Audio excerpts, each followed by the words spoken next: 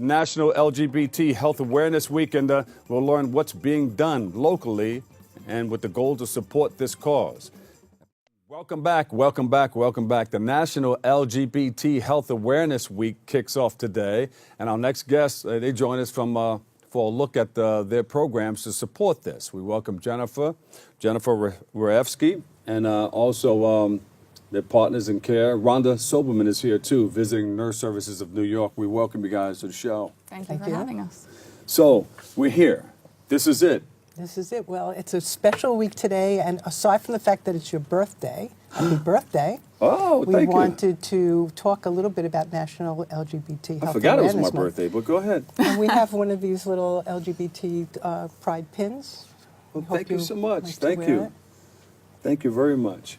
So we're concerned about LGBT seniors in particular because we know that from past experience of stigma and other types of fear of violence and other things, that many of these people are at risk of not accessing the care they need. And visiting Nurse Service of New York has done an amazing job in trying to bring together programs and services that can really meet the needs of LGBT seniors in their home. Our whole focus is on helping people to remain safely and securely in their home and community, and providing the services in spaces where they feel safe. Let's talk about the stigma. How does that affect our seniors? Well, many of these individuals have a fear of social acceptance. They grew up in a time where there was far less acceptance than there is today.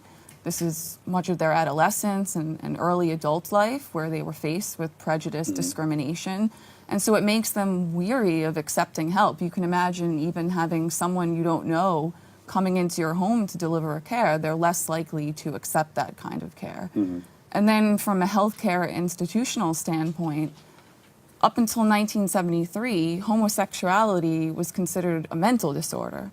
And it wasn't until 2013 that transgender status was removed as gender identity disorder.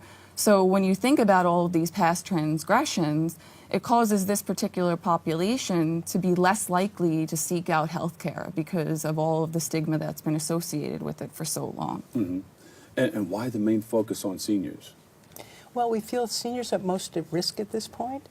For those who have gone through HIV and AIDS, they are long-term survivors, and now they are faced with the same chronic health care issues that seniors reach at this point in their life, and they are less likely to reach out for help and for support, and that puts them in great danger of ending up in the places that they don't want to be, either running back and forth to hospitals and emergency rooms or being institutionalized. So we really want seniors to understand that VNSNY has made a safe space so that they can get the care that they need in their home and remain in their community and be the best that they can be. And you know, we have an audience looking at this for the first time. They say, wow, we have help? I didn't know. I thought it was this and that and that, and I thought it was so complicated. Tell them how, give us some steps on how they can get involved. Well, first of all, on our website, vnsmy.org, we have a LGBT page that people can access and understand some of the things that we're trying to do. But mostly, people need to know that at different points in their life, they may need some intermittent care, just a short-term intervention of healthcare services, or maybe they have a chronic illness and they need ongoing chronic care services. And then there are times in their life, it may be towards the end of life, where they need a lot of support in order to make that more comfortable and caring for themselves or for a loved one. So we're here at all those phases in life to really help people transition from one to the other. They don't need to know exactly what kind of care they need. All they need to know is to call us, and we will help them. That they do have the care that they need. That care is available, and we'll help them figure out what's the right care for this moment in time and help them through that process. Jennifer, how did you get involved? How did you know that this is what you wanted to do, help others get what they need out of life?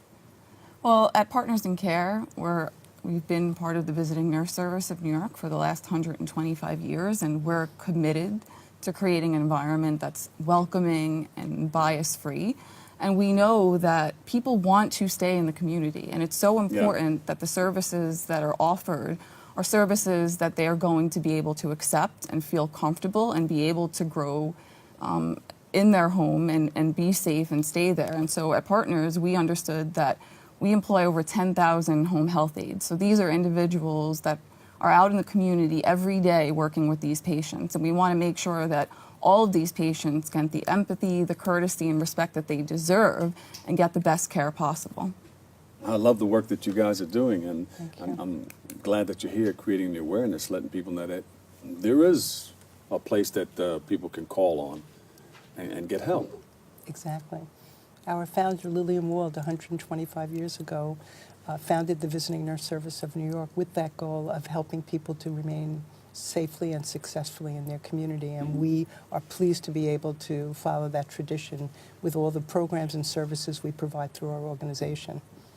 And where can people go to get more information, and how can they get involved in your services?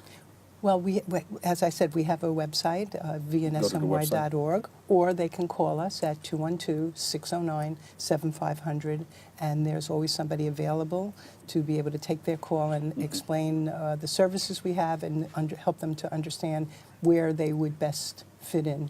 It's all about choices. And as the private pay affiliate of the Visiting Nurse Service of New York, we can be reached by phone at 1-889-GET-HELP.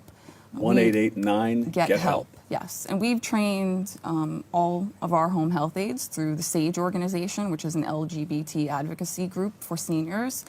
And it was really important for us to not only help the aides to understand the sensitivity and the unique needs of this population, but be able to care for them in a way that they feel welcomed. And our services are customizable.